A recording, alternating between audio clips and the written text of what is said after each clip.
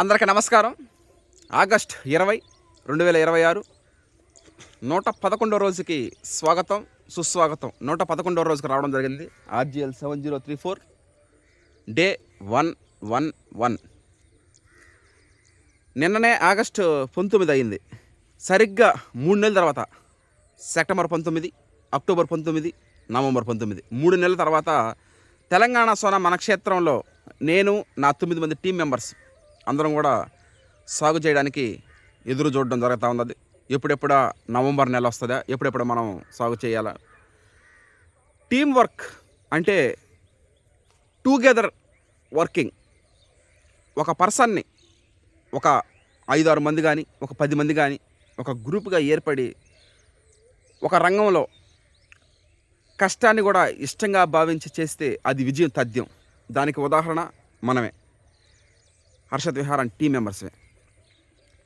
5 states 5 రాష్ట్రాల ప్రజలకి rice పంపించడం, ఒక మినీ సామ్రాజ్యాన్ని మనం పటేల్ నగర్ గ్రామం వెడలూరు మండలంలో క్రియేట్ చేయడం, తద్వారా 10 మందికి జీవనోపాధి కల్పించడం, 10 మందికి మంచి ఆహారం అందించడం, ప్రతిరోజు కూడా అప్డేట్స్ ఇవ్వడం.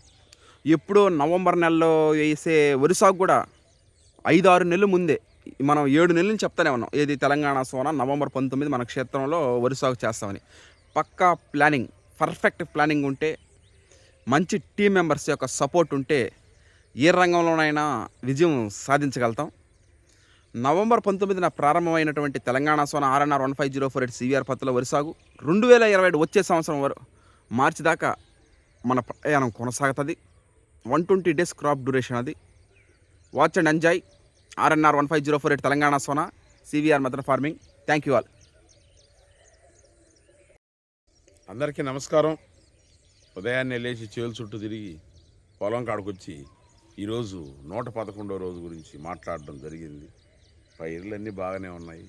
ఎవరు వృత్తిలో వాళ్ళు శ్రద్ధగా వాళ్ళ పనులు వాళ్ళు చేసుకుంటా ముందుకు పోతే మిగిలిన ఫలితాలు అనేవి ఆల్రెడీ వస్తాయి.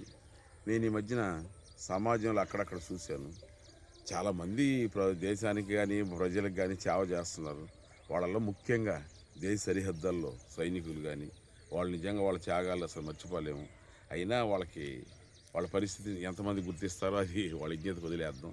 అదేవిధంగా రైతులు వాళ్ళు నిద్రలేసిన కాడి నుంచి సాయంకాలం దాకా ఎన్నెన్నో పాట్లు పడి ప్రజలకి పంచభక్ష పరిమాణాలు వాళ్ళు పండించే ఆహారం ద్వారా వస్తుంది.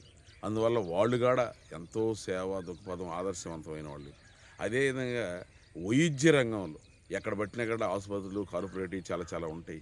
అయినా పెద్ద పెద్ద మెయిన్ డాక్టర్లు అన్నీ చేయలేరు కాబట్టి అక్కడ ఎంతోమంది నర్సులు, కంపౌండర్లు చాలామంది కూడా ఆ విధంగా సేవ చేయడం జరగద్ది. ఈ 3 రంగాల్లో వాళ్ళు కూడా అందరి మీద ఎక్కువ సేవలు చేస్తుంటారు.